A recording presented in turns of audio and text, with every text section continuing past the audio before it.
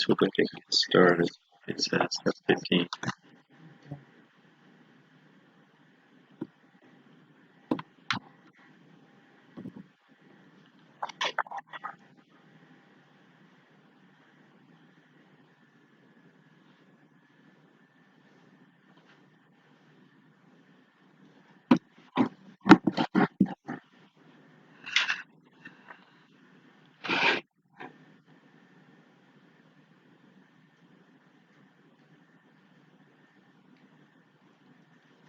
Hey, there he is. How are you guys? I'm good. Good. Hey,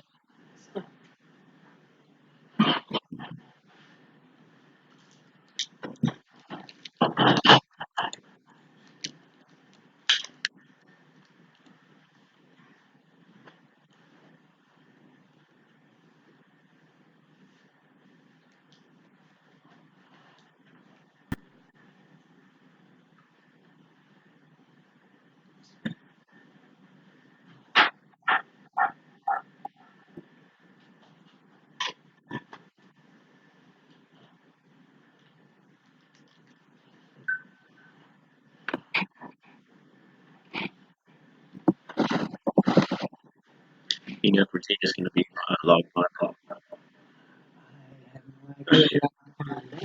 No, that's okay. She's not feeling well. We don't want her. She probably don't know.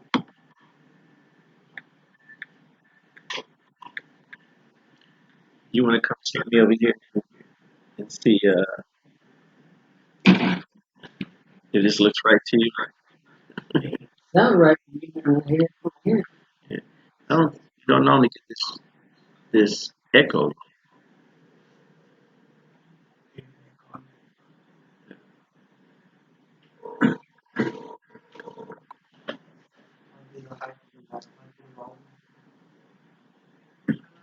Hey, do we usually get echo?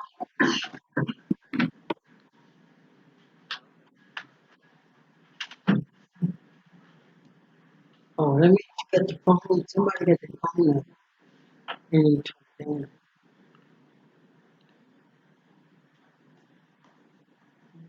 Hey, down. Huh? Is that you? I don't have it I don't have it live. So, Nobody, nobody has it live. But it's echo.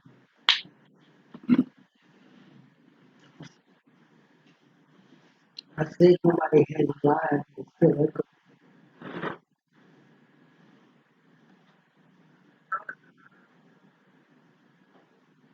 No, I was there before I commented.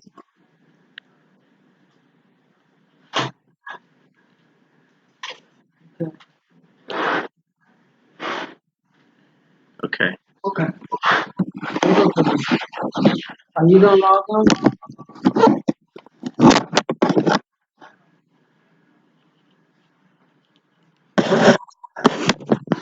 Huh? She said she's gonna log on.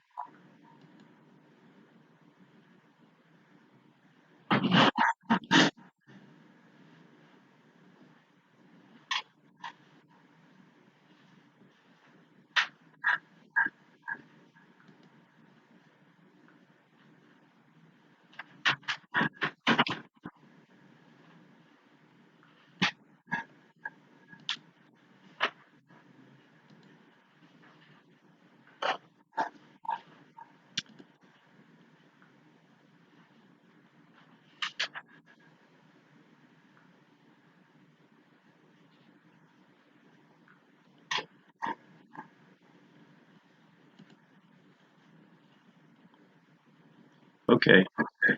If I can turn this down a bit. Testing, testing. All right, tonight we're in week 7. And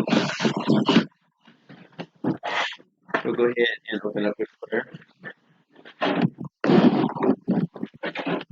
Father God, we come this evening. We just pause right now to thank you for safe travel and for this week's blessings, for favor, grace, and mercy. Lord, we pray that you will continue to put hedges of protection around those that may be on their way, and favor and grace and mercy and blessing all of those away tonight for whatever reasons. We ask for healing on those that are sick and just uh, renewal and uh, favor on uh, all memberships, both churches. Lord. We pray that you would bless this study, that it would touch our hearts and our minds, convict us and guide us, uh, that we would be more in line with your will, your word, and your way, and our call. In Jesus' name we pray. Amen.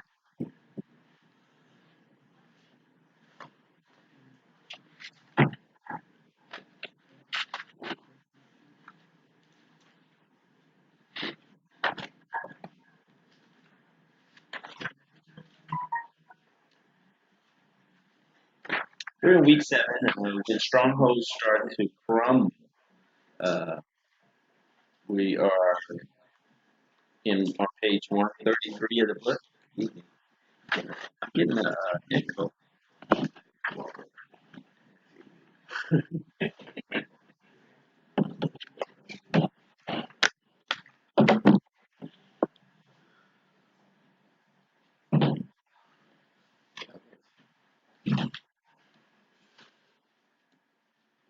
Testing.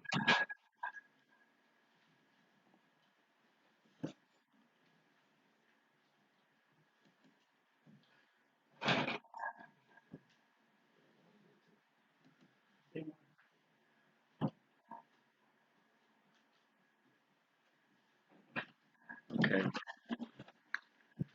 See if it's bearable here. We're in week 7, and if you look at your page 134, just to go over for those that may have missing um, blanks in your sheet, uh, completing the viewer guide below as you watch DVD session 7. The first statement says strongholds start to crumble when the consequences reach a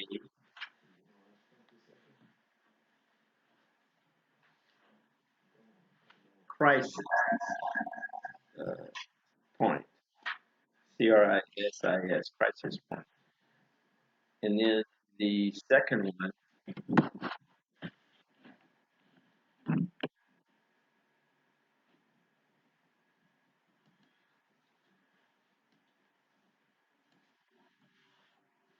is eventually you get to the place in your life where God lets you feel the full weight of the choices that you have been making.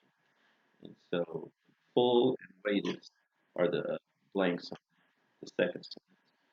And then it says the 5 strongest strongholds. Number 1 is self righteousness. Number 2 is self deception. Number 3 is self loathing. Number 4 is self centeredness. Number 5 is self confidence. And then he goes into the statement after that strongholds start to crumble when you finally get time alone. TIN, time. And then he says, when you get alone, we are, number 1 is demon cease. Demands. Oh, I'm sorry. Thank you. Demands cease. Uh, distractions end. Quiet invades. And reflection starts. And then 5 is God speaks. And then the statement after that one is strongholds start to crumble when God contends with you.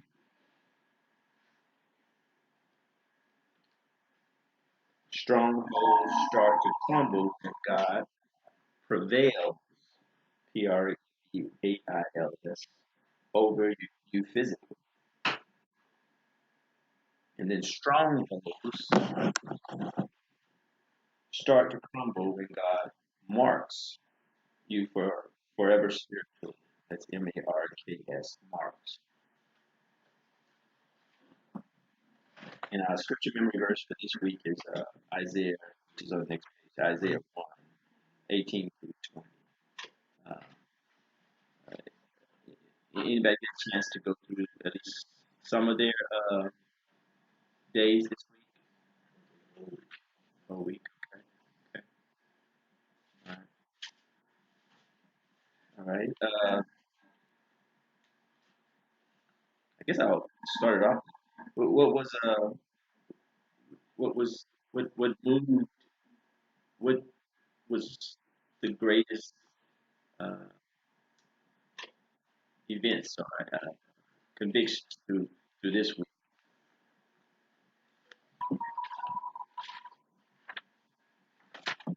I know we got a lot.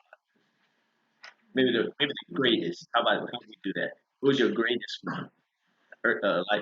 Life changing, earth shattering, or just conviction? Definitely reading this book. You may try to read it with others in mind, but it always comes back to what are you doing, what are you not doing. This particular week, looking at some of what Jacob went through as God is meeting him. You have times in life where you've had crises, and you know what you got. The scary part is that go away from your choices. But yeah, you're in that spot. You can't get out of that.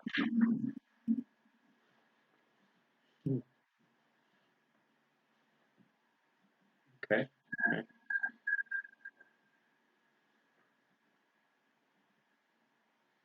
He explained that and we're on page 135. Uh, it, James described five wrecking balls that can shake strongholds into crumbling. The first one was Christ's point. The second was time alone. Third one was contending with God and getting beaten by God was four. Being marked by God was five. Of those five, which strong crumblers have you experienced first?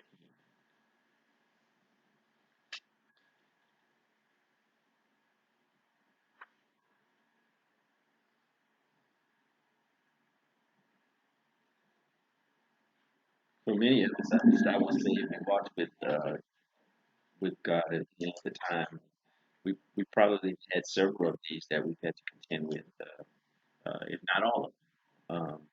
Uh, and God usually gets our attention when we get to the crisis point, as we will see He did with Jacob in today's lesson. Um, uh, but sometimes it's these crisis points that put us in a situation that we actually yield to God and we have some time along with God. Whether or not we're laying on our back sick, at home or in the hospital, or it's some 911 situation in our lives where we have to call on God and seek Him out. Uh, but sometimes we never look at it through the lens of, hey, this is God uh, getting my attention or doing redirecting my path, uh, you know, uh, getting me back on track or something to that effect. He's working for my good. Um, God orchestrates any and all of these. How do you make? How do they make you feel about Him when you think of the fact that all of these actually come from God?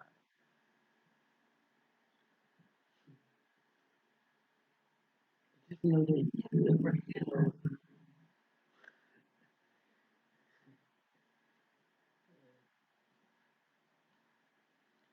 I know a lot of. I know some people that have been angry at circumstances and people, but in effect, when you think of it from a sovereign perspective, they're really angry at God. You know Yeah. what I mean? And sometimes people come to realize that they are angry at God, and that's a heavy weight You think about the things that have happened in your life. If God is sovereign, if God causes it, God is, whether or not it was permissive will or submissive will, bottom line is God has orchestrated this. And so, uh, how does that make you feel? Are you angry now when you go through it, or as you have walked through these sessions, hopefully we have started to realign our thinking that we're now seeing it in a positive perspective. That hey, whatever brings me to my knees, or whatever brings me closer to God, it's a good thing. Whatever that's the perspective and the mentality that we are working toward here. That to realign our life, our walk, our will, our way, that we are in accordance with what God has called us to be, our gift, our personality, our disposition for us. And sometimes He has to redirect us, in doing that. And so hopefully that's a thought that starting to realign your thinking. He says in the Bible that when we look at our memory verse, this week's scripture memory passages, Isaiah 1:18 through 20 says, "Come now, let us reason together," says the Lord. Though your sins are like scarlet, they shall be as white as snow. Though they are red like crimson, they shall become like wool. If you are willing and obedient, you shall eat the good of the land. But if you refuse and rebel, you shall be eaten by the sword. For the mouth of the Lord has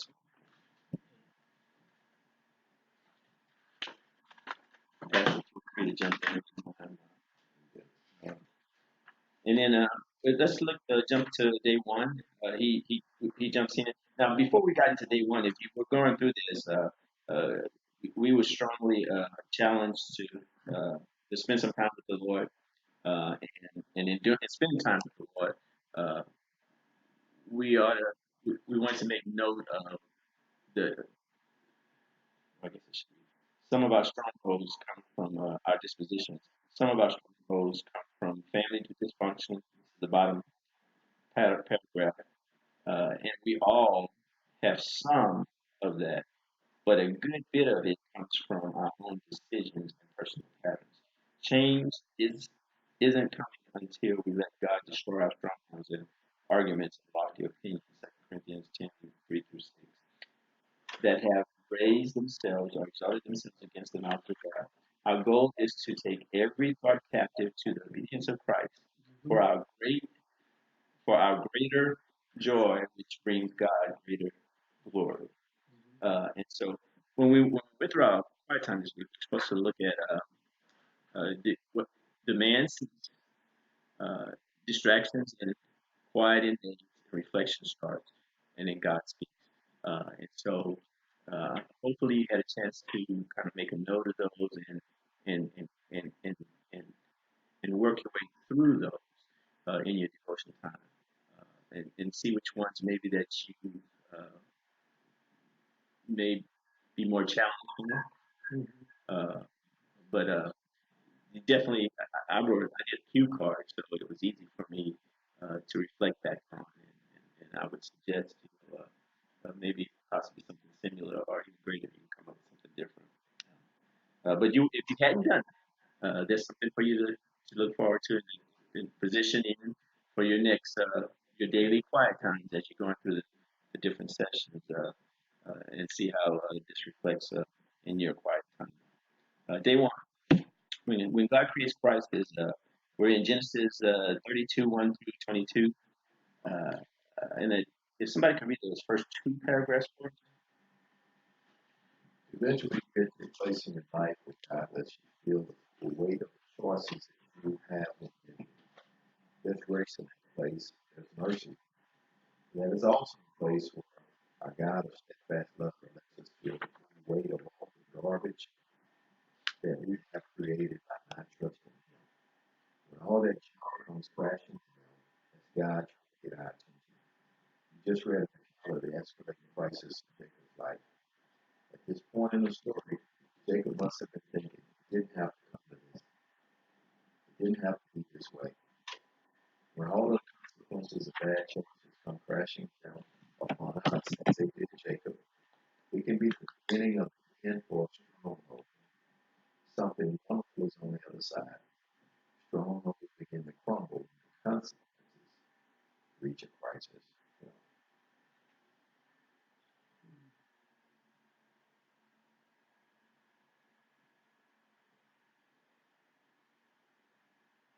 Okay, and you won't understand this unless you have had a chance to read through the Genesis 32. And a quick synopsis of Genesis 32 is is now Jacob is further along in his life.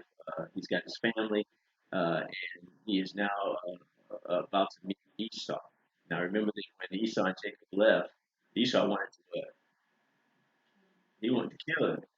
And so Jacob is having the anxiety and the fear of what is his brother's reaction going to be as he comes. And so he's now praying and he's doing a whole bunch of other stuff.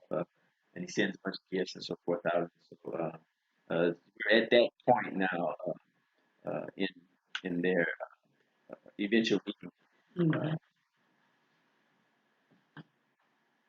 And so Jacob's not only worried for his life, but he's also worried for his family and for all he has as well.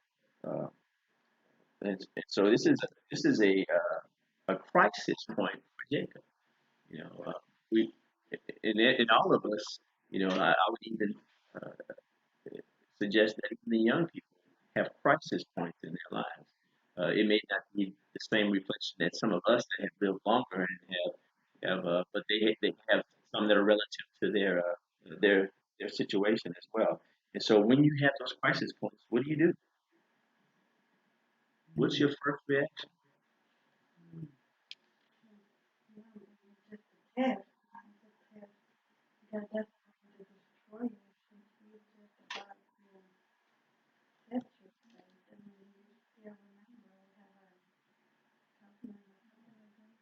Hmm.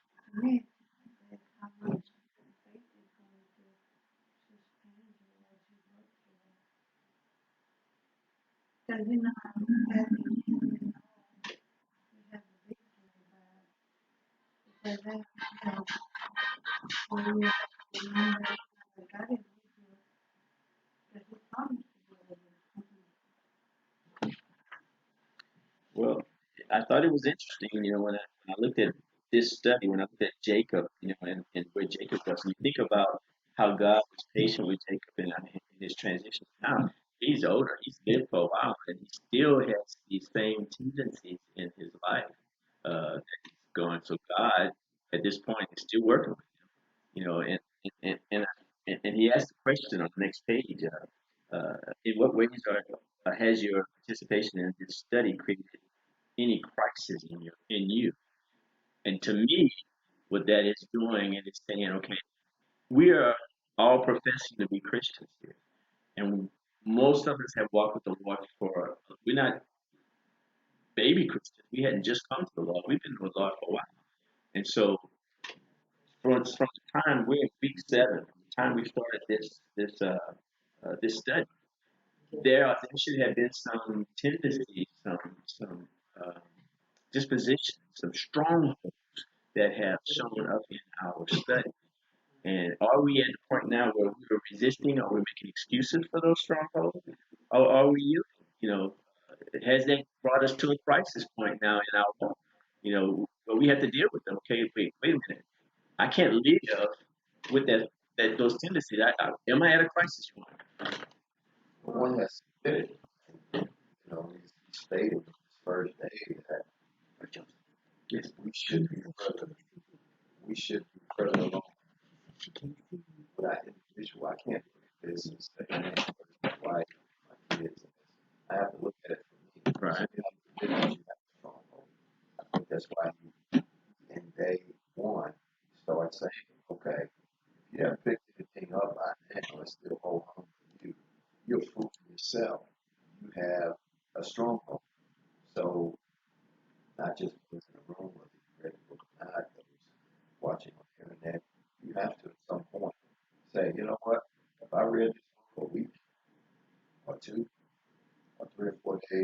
session, I have to have a stronghold. I may not want to publicly state that, but it would be foolish to read this book and bring up someone else's stronghold because the mirror is looking at me, not anything else. So kind of got me. I got me one turn phase, and he's like, he's actually kind of getting on the reader saying, look, you have not done what you're supposed to. Okay, let me break out some numbers. And that's what page 139 is saying, where he starts saying, okay, if you haven't figured out what your stronghold is, if you haven't figured out what your personality trait is, hey, look at the bottom of 38. Why is it important to remember that Satan condemns generalities by God convicts with specifics? The generality of the devil is, oh man, I was looking at the personality. I see this person, I see that person, I see this person. Oh, I see that stronghold of this person, that person. He said, that's generality. You gotta get specific. Where is your, well, why are you trying to get personal? Yeah, because you need to be dealing with yourself. For one thing, he was hanging with his uncle, and he was learning how to trick that his uncle was doing, and then he was learning to be deceptive too. Well, and he was already deceptive. he already was. I mean, his uncle just much more experienced than him. And rich. And the thing that you reap what you sow, which we were dealing with last week, is that okay, you were treacherous with your dad and your brother, and your mom had a favorite, and your dad had a favorite, and when you did what you did, and that 14 years later, you ran up against somebody who's smarter than you. You figured out how to manipulate him in the end, but now you have to come back home because you can't stay there. You're scared your brother's gonna kill you. You sent the one ahead of you. You separated your kids, and now God is saying, okay, now it's me, you, buddy. Because it's not about your family, it's you. Sometimes I feel righteous, we think, oh, I can't handle it. I can't handle these people. And I still hurt my belief. But you never know how strong you are. What if you're really strong enough to, you're living as a fiction, thinking you can do it on your own, and you don't need help from that. Or you need that people. Well, you bring up a good point. I mean, I know he's trying to get the picture right. These five, he said, look, if you didn't get it in the other parts of the book, now which one of these are you? Self-righteousness. What other questions wants a person to say, oh, I don't need guys with these. You know anybody like that? I don't need to be saved. I don't need to say self-deception. I just don't hear God speak. I come to church, I listen to the preacher, but he's just a guy talking. God's word is not the authority of my life. I don't hear it. So God will speak. You see for yourself. And not only that, I mean, it's like when you don't even know you can receive it. Because if you knew, then you would be. It's okay. But you see it because you don't know that you can receive it. In some cases, this person just saying, hey, I don't need God in my life, whether I'm not self-love. I don't need God alone. And I think that's part of the analysis of the mirror here that he's given us with uh, when we look at these, he talks about self righteousness, a stronghold that declares I don't need God forgiveness. Is that you? Am I saying that? Right. Do I say that? I don't need to be saved. I don't need a savior. Uh, I, I'll be fine. I'm a good person. We hear that all the time, generally from non-believers. You know, self-deception says I just don't hear God speaking. I come to church, listen to the preacher, but he's just a guy talking. God's word is not the authority over my life. I don't hear it as though God were speaking to me. I'm unaware that God is dealing with me or that he is confronting me. If that's you, then that's an ideal case he's saying of self-deception, right? The word does not have power in your life. You're not walking in the word. You don't even hear it. You don't understand the word. You know, Maybe you used to. Maybe you walked away. Right now we're fasting in the church. We're asking folks to cut the TV off. It's 1 hour a day. Social media 1 hour a day. I'm hearing people complain. They said to me, they said to others. I'm like, you've been deceived. You don't think you can do anything else with your time. You're not trying to do anything else with your time. So at some point, you have a stronghold. If it's not the TV, it's the fact that you can't do anything else just in let hours go by watching. Self-loathing, now you're doubting if God loves you, that He can die for you, or you hurt self-centeredness. I don't see God's will, so I'm a master of my own fate, captain. So, I mean, these are things that a person reading prior up to this book, they haven't felt anything. Now, hey, it's just a little bit deeper. Okay, where are you? That's why I said I can't read this for my wife. I have to read it for me. I can't read it for my kids. Oh, I see you. Oh, I have to read it for me. So 140, look at that back. Self-confidence. I don't want that. I want to get it myself. It's only high enough. It really is all about me. I'm the one who wins and gets it done. I don't share the spotlight with anyone. These are the things that people for. I call them Jesus Junior. There's no Jesus Junior that you feel like that you have to go through these different points. You may have one, you may have. I think a person generally can have one of these, not all of these. That's just my own personal thing. But I've been confused prior to this particular day. But when I read this particular day, it's like, wow, the folks still out there that's playing. And it's actually great if actually answer the questions. Knowing what the title of the day is that, hey, when God creates classes, that even if you ignore this, man, get ready. Sometimes alone with God, and things are not going well for and it's no argument. Like, and I've learned through counseling that I can't tell anybody else how to feel, how they feel. You know what I mean? You feel how you feel, and I can just acknowledge your feeling and try to find out why you feel that way. And the same thing running across my mind when it came to crisis. Uh, what may be a crisis to you may not be a crisis to me. God knows how to touch each of our lives in such a way that He will maximize or meet the need that He needs to meet. To do that for you may not hit what He needs to hit, but if He does the same thing to my sister over here, it may meet that need or get her where He needs to get her. And so I've come. I'm saying that to say that we need not judge as the people when we see them going through crisis because their crisis is their crisis. You know what I mean? It's at that season, at that time in your life, it is a crisis. Just because I may have grown, but that's not a big crisis to me, or I passed that level, or whatever else, whatever the reason, I should not judge that because it is their crisis.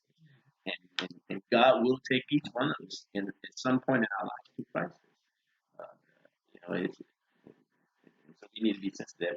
But as we're talking about our circumspection here is us individually, me.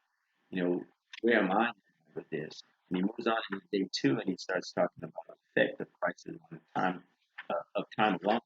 And the intent of the crisis is to get us to our knees, to be alone with God. It says here when Jacob left in verse 22 through 23 of chapter 32, he says he had just transported his family across the Jabbok River. But at the beginning of 24, Jacob was left alone. God doesn't comfort us very often most deep. Wait, I'm reading this wrong. Yeah, God doesn't confront us very often, most deeply until we are by ourselves.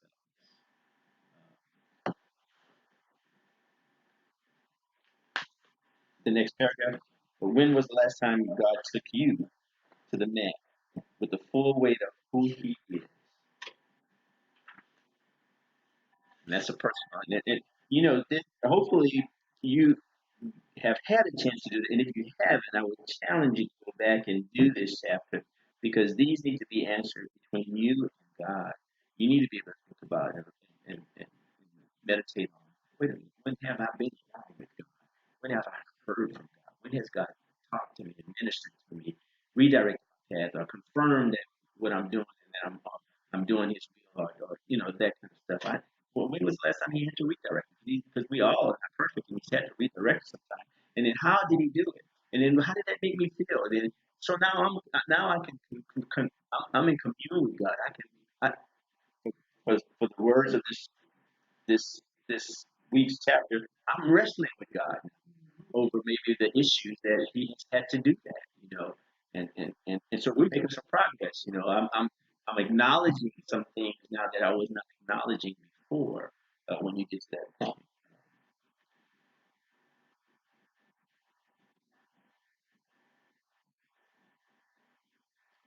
I only do.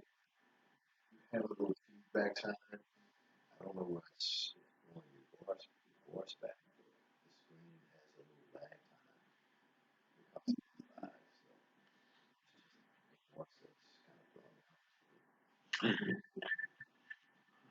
Okay, so he says here at the bottom of the page, he says, when we get along, we put ourselves in a special place. Here's what can happen when we get along. Demand cease. And so, if you had a special place that you can go where you're not distracted by TV, by music, by family members, by you know outside factors, uh, uh, not even the phone, even your cell phone somewhere else. So you don't even have the inclination to check it or it's beeping or whatever else. Then the demand cease. Those things that pull you away from God will cease. Uh, he takes it a little bit further here. He says, uh,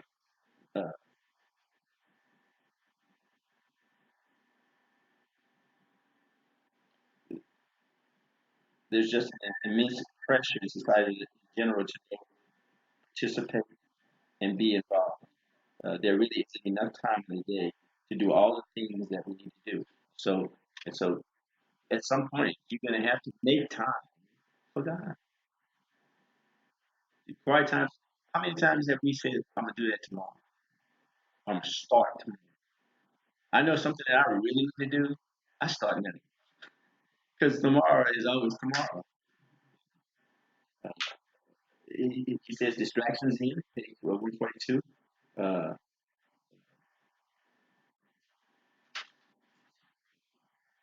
the Yes.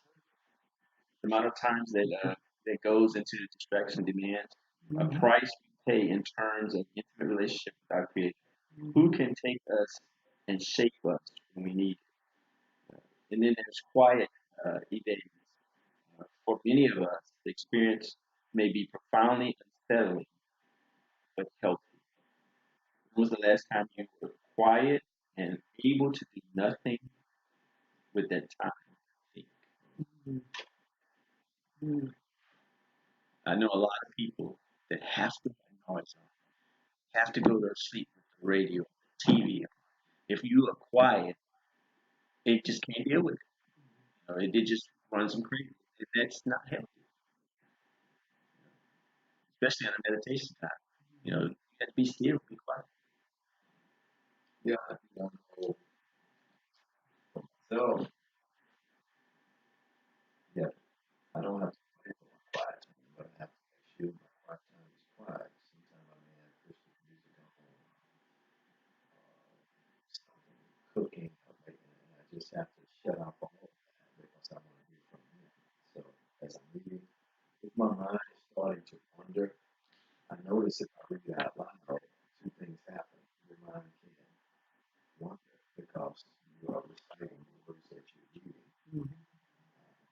46, 10, dealt with this past week. He's feeling no that I'm God. You gotta get, you're really trying to get to your stronghold, or crush your stronghold, or get over your stronghold, whatever. Quiet time is important. Meaning you gotta make that time. You gotta fight for And even when you do it, aren't you still contented with things? Stuff I hadn't heard before. A dog barking next door. it. I'll be so Sometimes my own dog, that's oh shit, I finish. and then reflections start. Uh,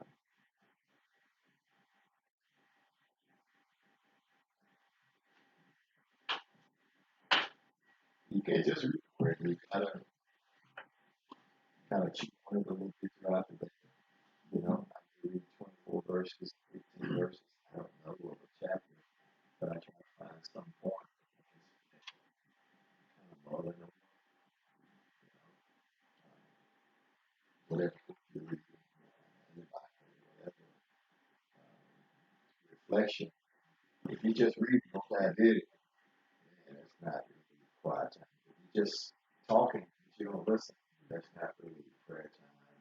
If I'm just, okay, I read it in English, in Greek, whatever, but I'm not reflecting, not really. So it's twofold on all of these. But the goal is to get close to God, to hear from God, to, in this book, to allow change. Even at the top, in 143, it says God's peace. C.S. Lewis make the point that God often whispers to us in our pleasures, and the voice is amplified in our pain. Lewis could also remind us that God doesn't try to shout out noise, demands, or distractions. He can interrupt them verbally in a very effective way. And God speaks most often, not all the music, not all the people, not all the whatever. You have to, but that verse said, these yeah. things and know that I make it through the line and faster. So we have to get to the point where it shouldn't have to make us just want to rest.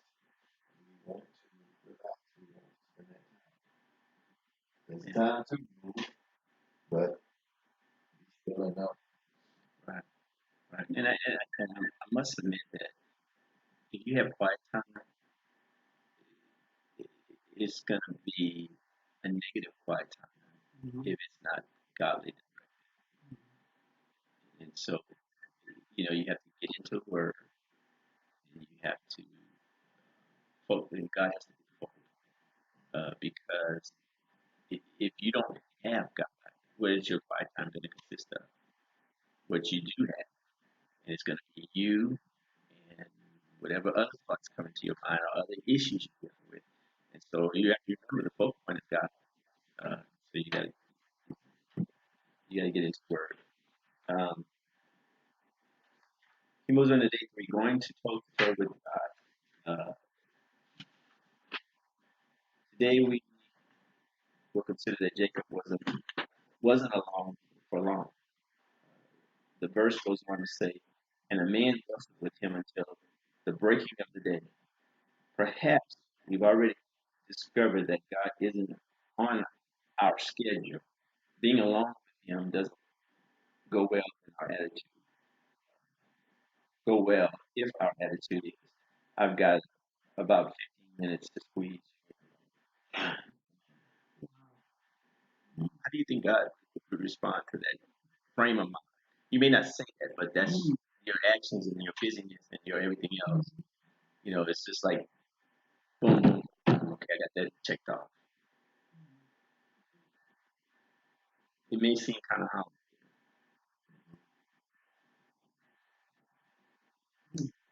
He discovered firsthand what the New Testament promises: draw near to God, and He will draw near to you. I don't think Jacob was worried about. He wasn't on 15 minutes because he didn't let it go. He wrestled what all night.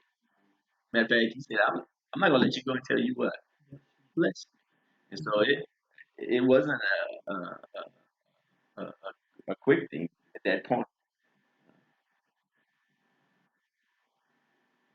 The strongholds of Jacob's life began to crumble when God contended with him personally.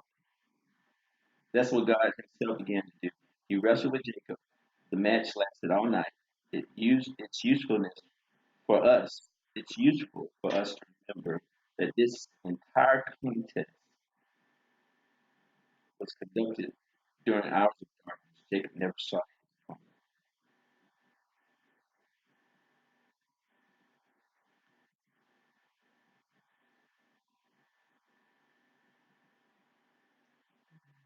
So it was not about the women, it was about the lesson and changing, especially because after that, he was forever changing without peace. And then not only that, was talking to him, because when he said, I'm not going to let you go until you bless me, well, what is your name? So what do you think? What do you think He asked him? She said, he's not the same person anymore after that. He comes back. He comes back and answered it pretty much. You read the following verses. So yeah, but he acknowledges. He said, note in the next on the next page. He says the word translated is the Hebrew word ish, pronounced ish. It could be translated warrior. This is the warrior that has come to wrestle with the got into the fight, ring by himself, uh, getting himself alone. But God started the actual struggle. And he goes on to say, when the man saw that he did not prevail against Jacob, he touched his hip socket. Mm. Now, that was a godly action because now he has everlasting touch on him that he's going to be for the rest of his life. To get your hip socket out of the joint, it takes two very strong opposing forces, such Mhm. as your body and the impact of a car accident. So he's basically establishing that this was a divine thing that happened. Yeah. How important was it for him to realize that it was God?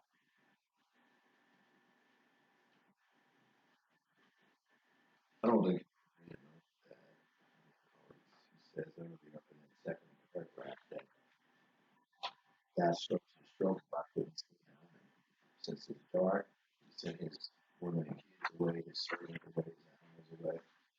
It says he was probably spared on by fear of stubbornness. And so you get into the struggle if you thought you could die, but you're able to hold your own, so that's giving you some confidence, but you're seeing that this person is not getting tired. So when you touch him in the socket, and then there's this pain, because what does it matter? It's this pain to, this person's injury is like a bad car accident or a long fall. Now he's possibly wondering, well, who is this? This can't be it. Maybe it's God. So he's having his fear now.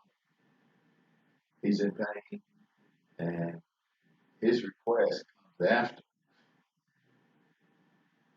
change is about to happen. You know, which is happening. What is happening?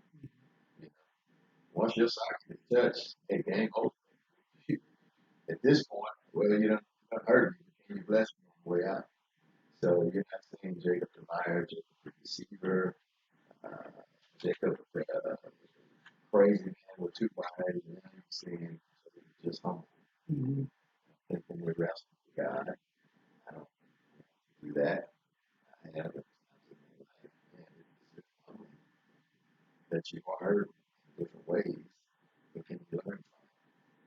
I think over unbeliever or unbeliever, you get angry at God and because you know your position that you put yourself into. And now God is doing just for you, no one else. It may not always be a name changer, but He is definitely trying to get our attention. Okay, you're here.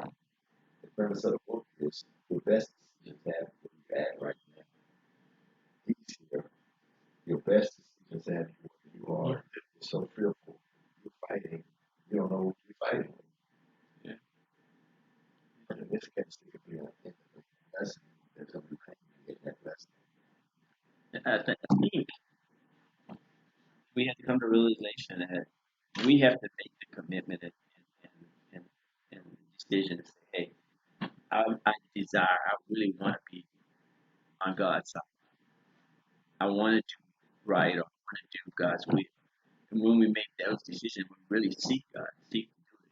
Then we might find ourselves, because of our strongholds, because of our history, our family heritage, because of our decisions, because of all these things, that in us seeking to do God's will and to walk holy and righteous and all that other stuff, we're now having these things that are within us that God has to wrestle from us, take from us, maybe a better way. And so when we're seeking those things, I think sometimes we'll find ourselves like we're hitting against the wall. And then that's when we have to ask ourselves, wait a minute, what's going on here? Because sometimes we'll find that we're really wrestling with God, that God is trying to change us and pull some of that stuff out. And so we ought to be able to see that. And that's what quiet time, that's what getting with Him and get along. And when He gets, when we stop and we're alone with Him, then He's now able to, we're able to internalize those things or uh, have discernment. Uh, when we get into the Word and the Spirit will speak to us, and all those things will come to light. But then we see it for what it is. What I'm saying. If otherwise we're seeing it, we just letting it pass by. It's just natural tendencies. Or this is these are things of life, trials and tribulations of life. It's raining on the just and the unjust. No, sometimes we wrestling against God. God is trying to change our path and trying to pull some stuff out of us. So we have to be able to see those things too. And I think that's why it's important to ask yourself that question: who am I wrestling? Am I really wrestling against God on this? Is this taking me in the will of God and so forth? He moves on in day 4. He says, when God takes you to the man, uh, uh, uh, look at that first question in that first paragraph. It says, so if the fight lasted for hours, how hard was God trying?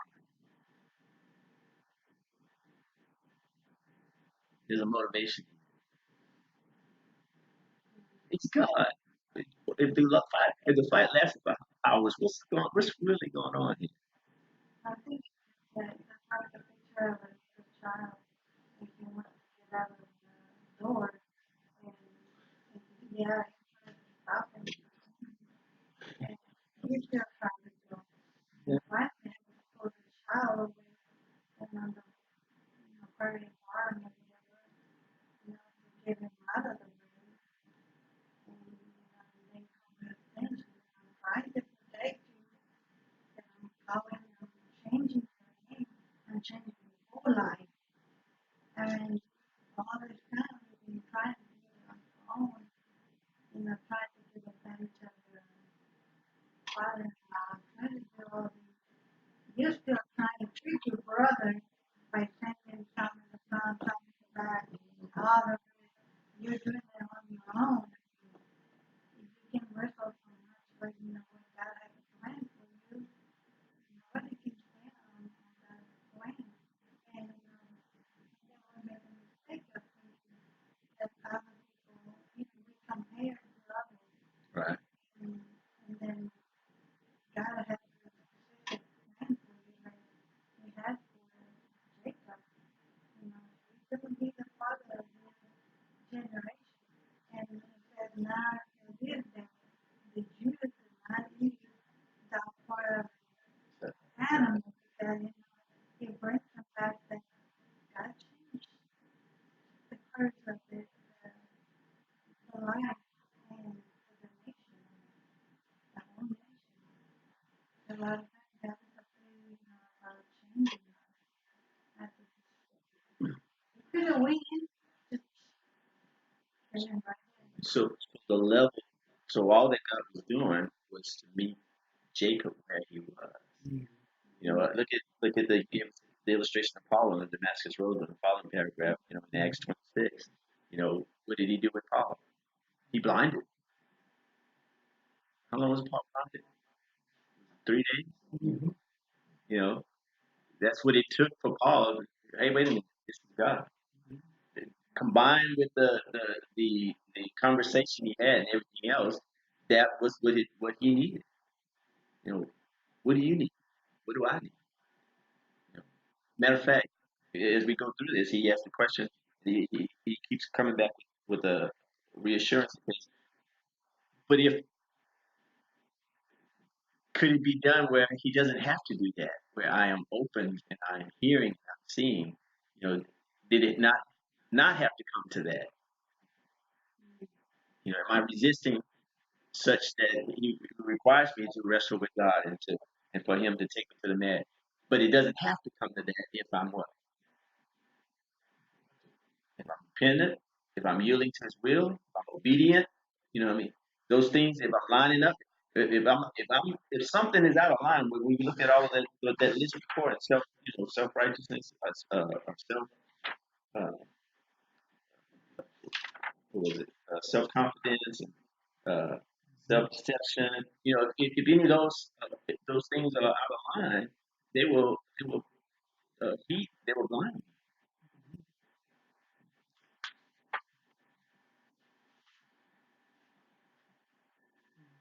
He says in that last part, he says some of us have flawed deceptions like stones.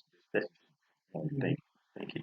Flawed dispositions like stones that has to be shattered. Others have towering pride like a massive tree that has to be cut down. Some of us are wounded and weakened sheep that the shepherd gently tends. You and I are wasting time if we insist on knowing why God laid us out in what seems like a harder way than someone else. And then if we keep resisting until we find the same point after many years, we know things to bring back and then oh man, I wasted all this time. But I'm here again. That's why. Part of the problem when we're looking around too is that now we have the Jones syndrome. You know, we live in life trying uh, to in a rat race. You Mhm. know, trying to attain and get and whatever else instead of yielding, reaping blessing, being a blessing, and being blessed. You know, where we are, those things. Sometimes those things that look, when we're looking around, it's not. If you could talk to those people, it's not all that it seems to be. You know, the joy of the Lord we can have right now where we are. And with that, my joke is easy. I mean, just get on and your life will be so simple.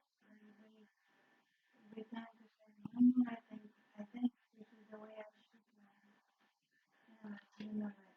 Not ask direction with God. A lot of times we don't ask direction with God. We're ready to talk whatever, we're staying on that part.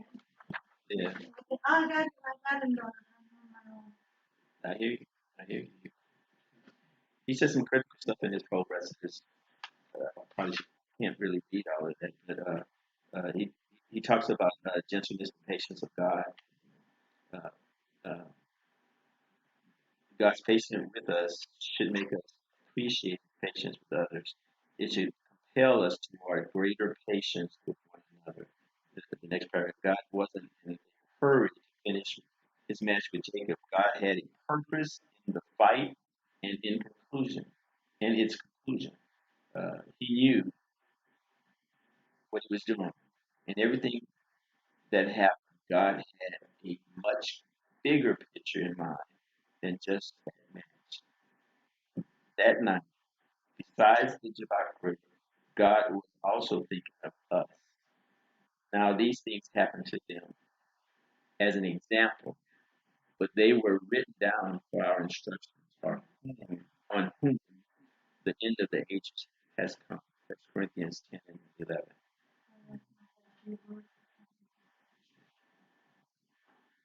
He longs for us to know he will participate in the ugly and extreme places uh, in our lives to set us free. Uh, do we even, do we even allow him in those places? The tendency normally when people are in challenging times is to seclude themselves, to be alone, to not let anybody know, Mm-hmm. and to keep God out. Mm-hmm.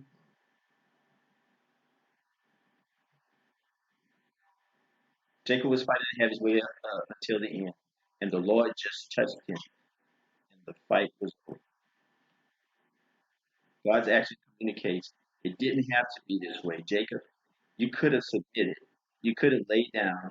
I didn't have to put you down. But you insisted on this pain. You're insisting on this outcome. Do you really want it this way? Mm-hmm. And I think the focus ought to transition from Jacob to us. Are we fighting against God now? Today. Where are we fighting against God? Where are we wrestling? What are we resisting God? Any sin in our life, there's resistance. There's rebellion.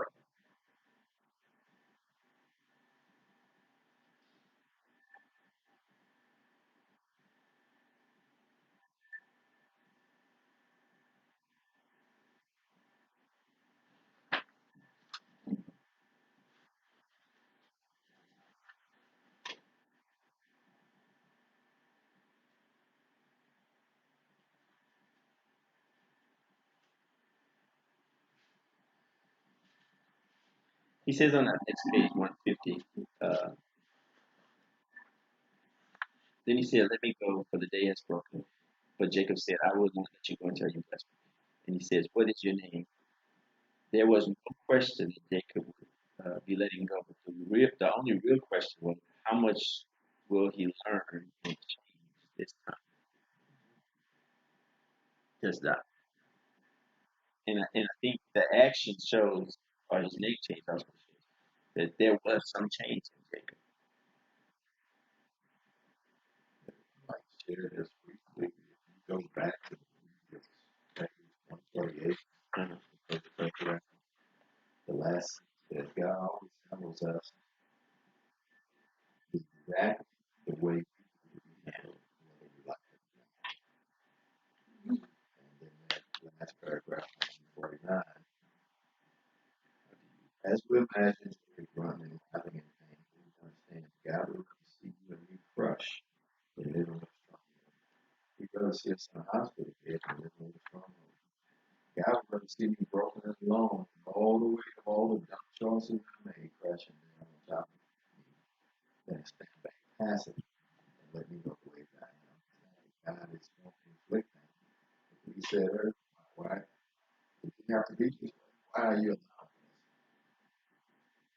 this? God gives us an opportunity to get it right before he says, okay, I'm going to have to deal with it. You're going to have some scars to deal with it. So when you get up here to this last page, in 150, man, he comes along, he contends with us, he always prevails. He does what's necessary to finally get our attention. We got the word, we got our quiet time, we have others trying to tell us until God says, okay, now I'm gonna handle this one. And it's generally not good. Mm-hmm. Sometimes if your parents had to get a hold to you, they want you. When it was over, it was pain, Amen. Amen. but you learn. Amen. You learn not to do that ever again. Wow. But some of them were willing to do no, yeah, that's true. But many of the people don't know what they were supposed to do. So some of us were our neighbors, like, how many times have I gone through this? And, Yeah. am I going to learn this time? in that room, I break that in right now. I didn't learn it. Okay, here we go again. Someone would have to go kicking and screaming. The good thing though is that at least you know he's talking. He's when he's reprimanding you or guiding you, you know he's on your Yeah. side. When nothing happens, then I'm gonna start. Okay, whose side am I on? You know,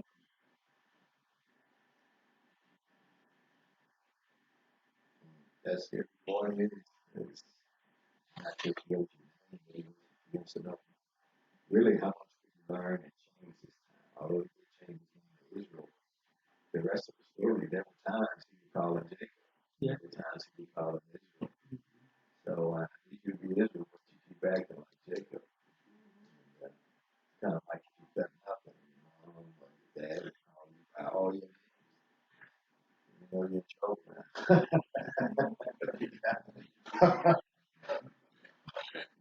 Who am I talking to? I'm gonna call you by all your names. So you're old. Trouble now. Straight up. so he asked the question, what would you take? What would it take for you to surrender? And that's a personal question for all of us because each of us knows what areas are, what strongholds or what challenges we have. So what would it take for us to get rid of those strongholds, or to deliver us from those strongholds? Like the old commercial about the oil crown. You used to say, hey, you can pay me now, you can pay me later. Change that, how it feels now, or you pay me later, you gotta get a new engine. It's like that previous pay is, guys, have been seeing the hospital and keep doing what you're doing. Or, you never really want you in the hospital, but you won't ever knock you. And then the thing is, you know, that they really believe what God is saying. You know, like, they really believe they really have them. Sometimes we say, oh, his mercy is greater. He can forgive you this time. But yet, if you're asking for forgiveness, I mean, you're not going to do it anymore. And we keep doing it. You know, so we keep getting into that stronghold more and more. That he has to come and get us out. Well, he closes out on day five, scars are to cherish. Mhm. Basically, Jacob's hip had been dislocated, and the fight was almost over. God responded in the unexpected way to Jacob's his grunted request for a blessing in exchange for letting go. And he said to him, "What is your name?" Did the Lord not know his name? Of course. So why did he ask Jacob, "What is your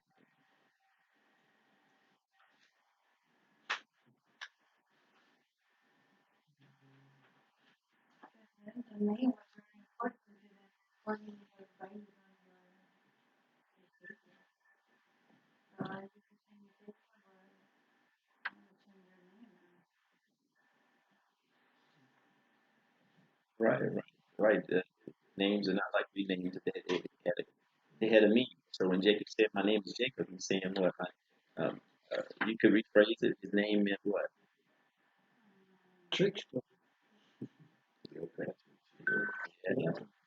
So he's saying, I'm Jacob. I'm the cheat. I'm the liar. I'm the deceiver, or whatever his name meant. Saying that. So uh, But stronghold and was so by me. so God is changing. He says, your name will now be what? Israel. That is Pastor said that name, your name means it has a meaning. It means a lot. Your name shall no longer be called Jacob, but Israel, for you have striven with God and with men and have prevailed.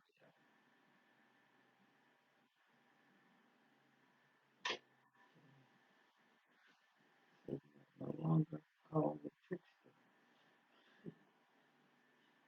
Wow, that's amazing.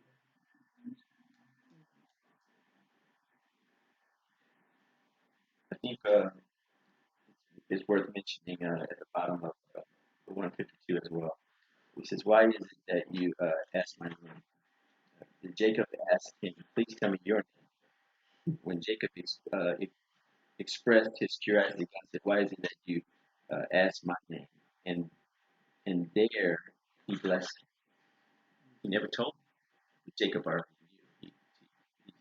He figured it out. It wasn't. It, it wasn't. It's about time this stronghold came down. No, Jacob had no answer for Jesus' response. But after that, after what must have been an awkward silence, the text tells us Jesus blessed him. Jacob's question didn't need an answer because Jacob already knew who the rest defeated and then blessed him. Who the rest defeated.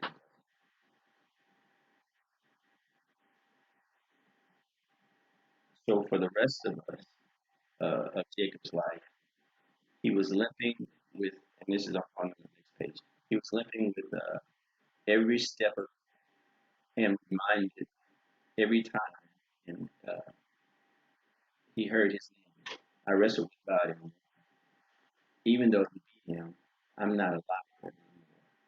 That stronghold has been destroyed. It's changed.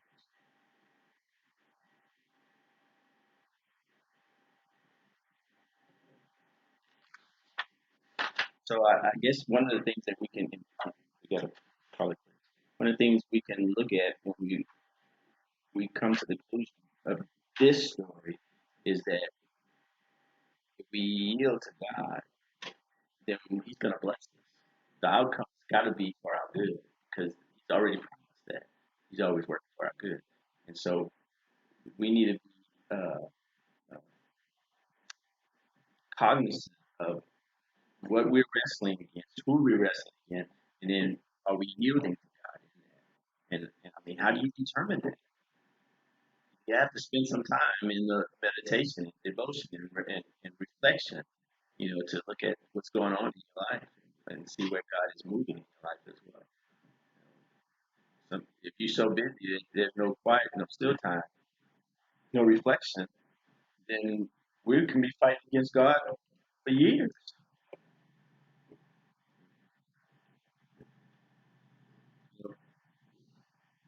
God may be using our spouse. God may be using our job.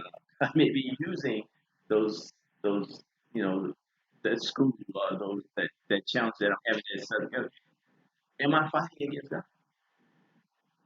And you gotta step back, Lord.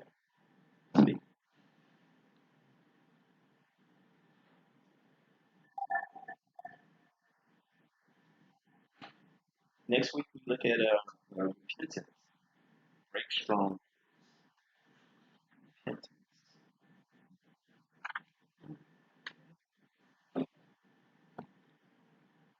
So we pass the pass you. You want to add any more? No, I repent. I didn't. So, Any prayer requests? I know pray for the sister Regina. Pray for Brother Wayne. medical report, She's, did we get his medical report yet? from what I understand, he would have and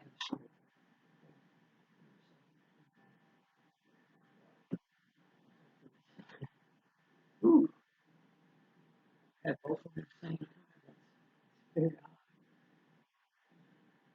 did, did He didn't find that out until he went to the doctor. one could cause them. You'd have the stroke and cause them. He had it like a few months ago. He just now found out. That's kind of like my mom. Mm. She and Keith and them were driving down to see Kirsten at school, and she had her stroke. But if you don't know the signs, you don't really realize until Right. she went to the doctor. Yeah, exactly. Any other prayer?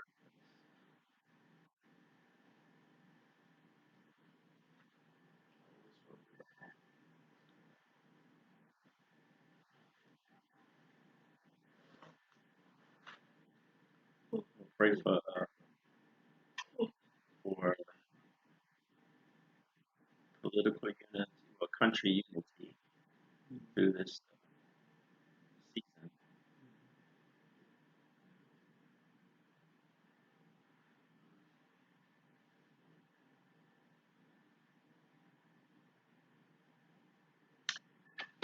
A lot of times can we ask the Lord closes out prayer?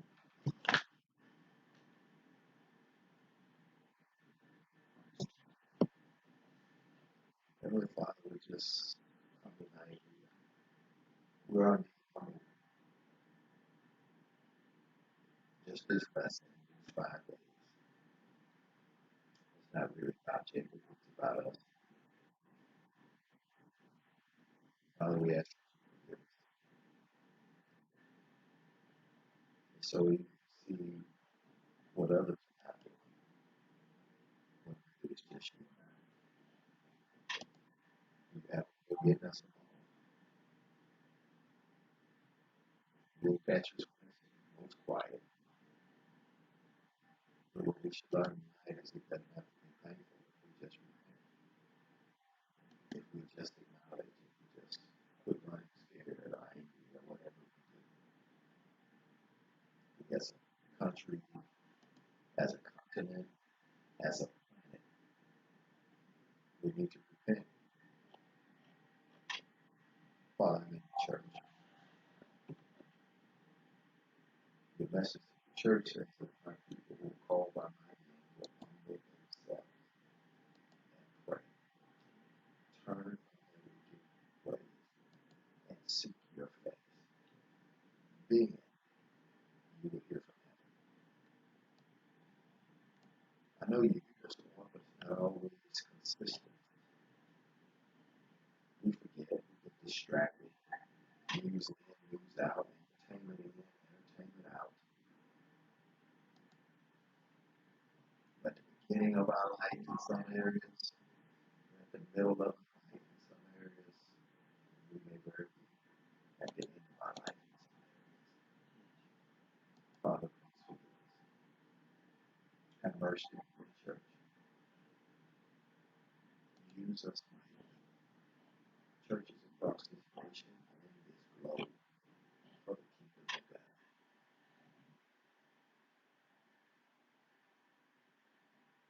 It would be real stupid of us to take this book and go to the world and say, get right. You have strongholds, you have personality issues, you have generational sin. When your words, how can we tell someone about a twig in their eye when we have a blood in our eye? Father, we sense that as we have our quiet time, Lord, you will lead us in our quiet time. Lord, in confusion, we could end up like Jacob, physically, financially, emotionally hurt. But whatever it takes to get right with you, we want to do by repentance, not by foolishness, not by fighting our fear, as we learned tonight. It's mostly easy to get right, even if it hurts us. Or someone says in the Bible, even if it kills us. Lord, we ask for mercy, not justice. Yes, So thank you thank you. for opening our eyes and our hearts. We thank you for teaching us in depth this lesson.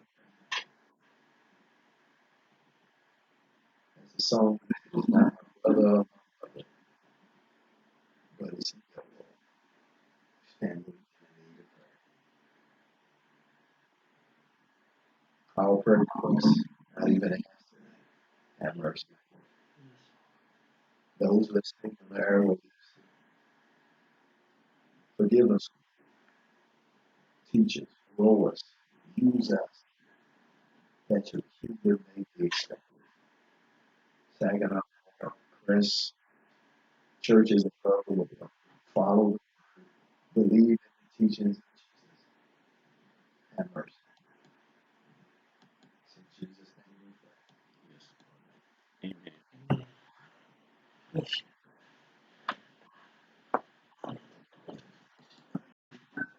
Yeah.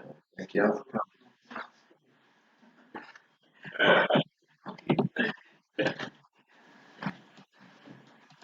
All right. Your first, Uh,